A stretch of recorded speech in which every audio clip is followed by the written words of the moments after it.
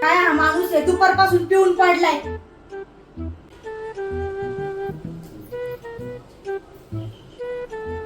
ओ उठा ना, उठा की.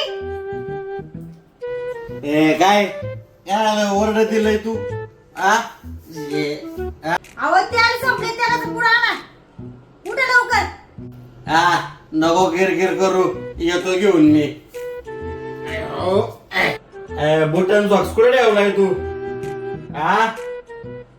पुढे तिकडेच ठेवलंय, जा बघा तिकडे.